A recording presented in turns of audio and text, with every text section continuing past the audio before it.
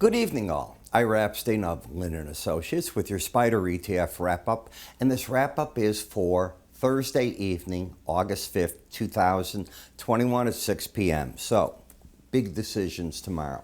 One of the things you have to worry about in the IWM through DIA, SPY, and QQQ is the volatility you're going to see off the jobs report data. It's going to be big.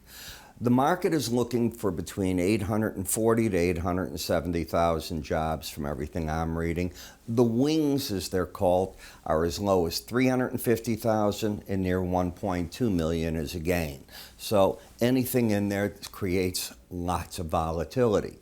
I would assume anything under 600,000 will be viewed bearish by the market. Anything over, let's say near a million, is probably going to be euphoric for the market. So I don't know. By the way, I don't know what that means to the market on interest rates, if it's euphoric or bearish. You got to wait and see what the market does. When I see big reports coming out, I can only guide. I don't make your trades. I'm not managing people's money. But in the futures arena, I tell my clients to go to cash. You have to decide what you do, but no, I don't go through that type of stuff, so I don't care if the market's in an uptrend or a downtrend going in.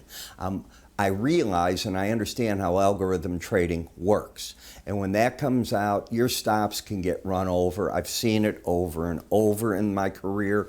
The market just can be a vacuum. It's especially bad in the options market. So keep that in the back of your mind. In terms of ARK, well, this is not a stock index. So a little different here. This is an uptrend that the market set up just recently. You can see you have higher lows, higher highs. Yesterday I pointed out this market looks ready to move out to the upside. Now, what is the upside? Well, the first thing is the market had cleared the 200-day average and the 18. To get really bullish on this, I'd love to see the 18 get back over the 200-day. That would be interesting. Where do you think the resistance is in the market? It's not the 200-day, the 100, the 18. It's going to be the Bollinger Band. So the next chart, there's your Bollinger Band. So this is what you looked like yesterday. I know I'm a broken record to you, but I'd have told my traders be long, and when you hit the upper Bollinger Band, 125.18, it can fluctuate when the market reopens, but it won't be far from that. Out you go.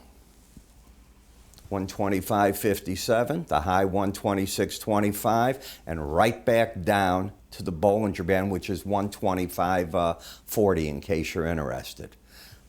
As far as I'm concerned, what happened? Pros are out of the market, at least the in and out type trader. I know you're a long-term trader, but if you're going to do that, at least have this in the weekly chart, and I'll cover that this weekend in my weekend subscriber video, not the free ones you see here on YouTube. Apple, you know, I've been saying that I'm friendly to the market. Higher lows, higher highs.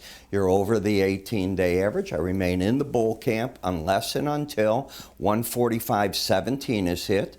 And on the upside, I'm looking for 149.75, and that's where I think the pros will take some money off the table.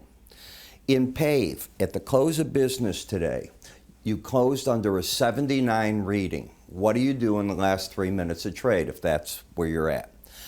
Today was the day that, the way I teach charting, the pros would have bailed on this and called it a day. So I think that they got out up here on the enhanced Bollinger Band course, and today the rest of the trade. Take the course and you learn about it. It's on our website under education. Go look at it. In the industrial sector, you're overbought. You're in a sideways market. You have the trend down, the bias up since you're over the 18-day average. So long. I have better things to do than play with that. Semiconductors bullish. It had this vertical price rise, which made it from the Bollinger Band bottom to the Bollinger Band top, and now trying to jump in too difficult. Bye-bye. I never worry about what I, as an analyst for you, can't catch.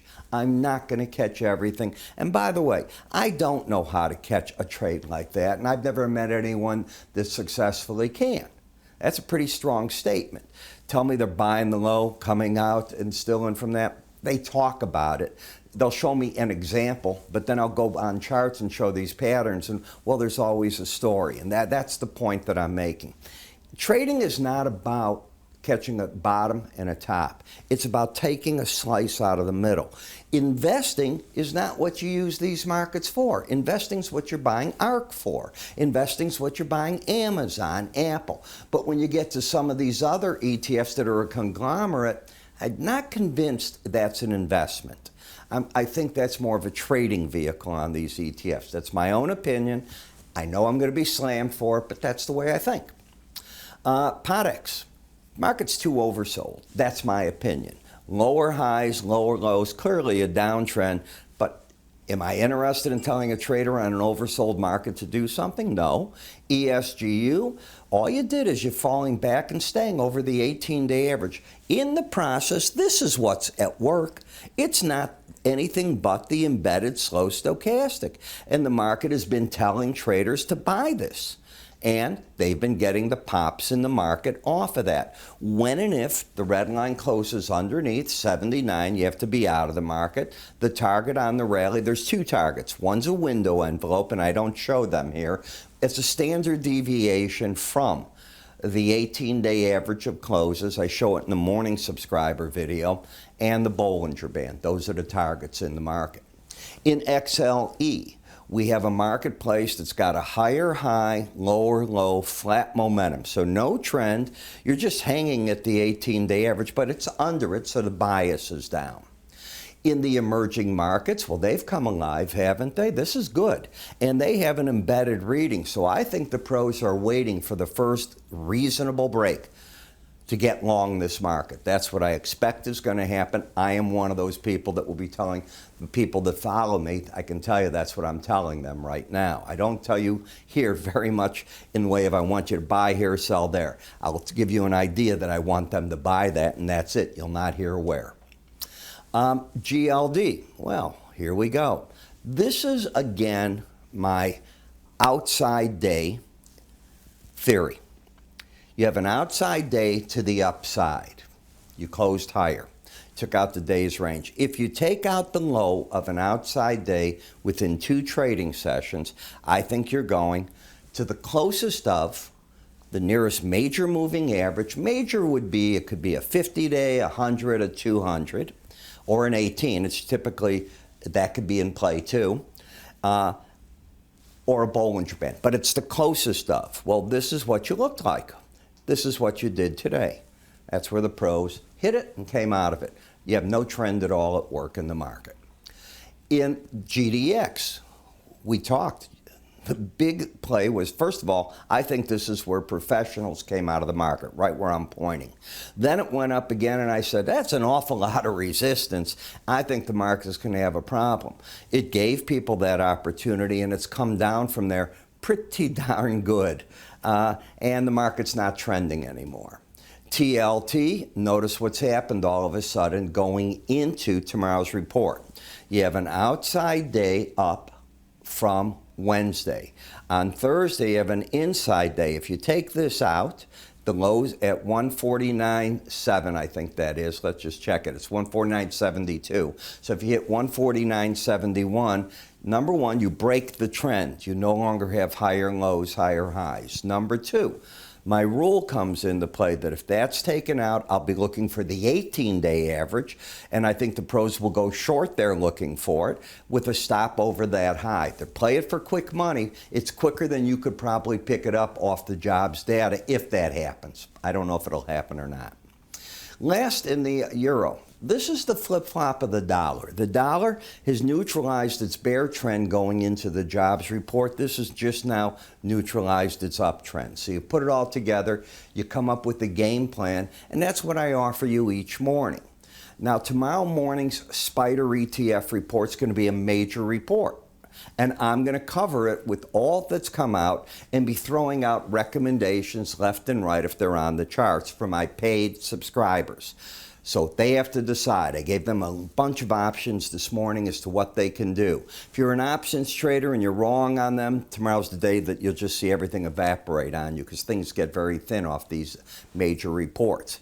I'll start you off in each my Spider and my Futures videos with the day's events. By the time I get to the Spider ETF, most of the reports are out, so you're getting all the reports. The futures people, since I record at 5:40 in the morning a.m. Central Time, they have to watch it a little bit different. I'll tell them what's expected, and they'll take it from there. I cover the markets all the time in this way. There's a scroll bar built into the website video. You pull it, and let's assume you wanted metals. You stop where it says metals. You want grains or whatever you want. You can go back and forth and do that. I do the same identical thing in the Spider ETF. So you got all these charts, 40 of them, and you can move back and forth into the areas. Plus, I cover, as you know, stocks in there. So I've got right now, I think Amazon, we were covering AMC and GameStop for a while. We dropped those. We've moved on to Apple and some of the others. And come actually later this week, I'm going to start asking my subscribers, what do they want me to cover more? I'll drop some and put others in. I'm not going to go much over 40 charts. It's too long. I'm not writing a book, and this is every day that I do it. Each video, by the way, is about 15 to 20 minutes long. That's why I have the scroll bar. You can get where you want, how you want. You know that I'm always doing it in that way. And it contains exceptionally strong recommendations from me. Buy here, sell there, do this. This is what I want you to do. This is why I want you to do it. I lay it out on the chart. You know what this all does? If you've taken my charting courses, I'm reinforcing what you learned. Can you add that your own learning? Go ahead. I don't know everything, but I try to give you the best here, and I think I'm a better chartist than most out there. I'm Ira Epstein. Hope you do this, and I will see you all tomorrow.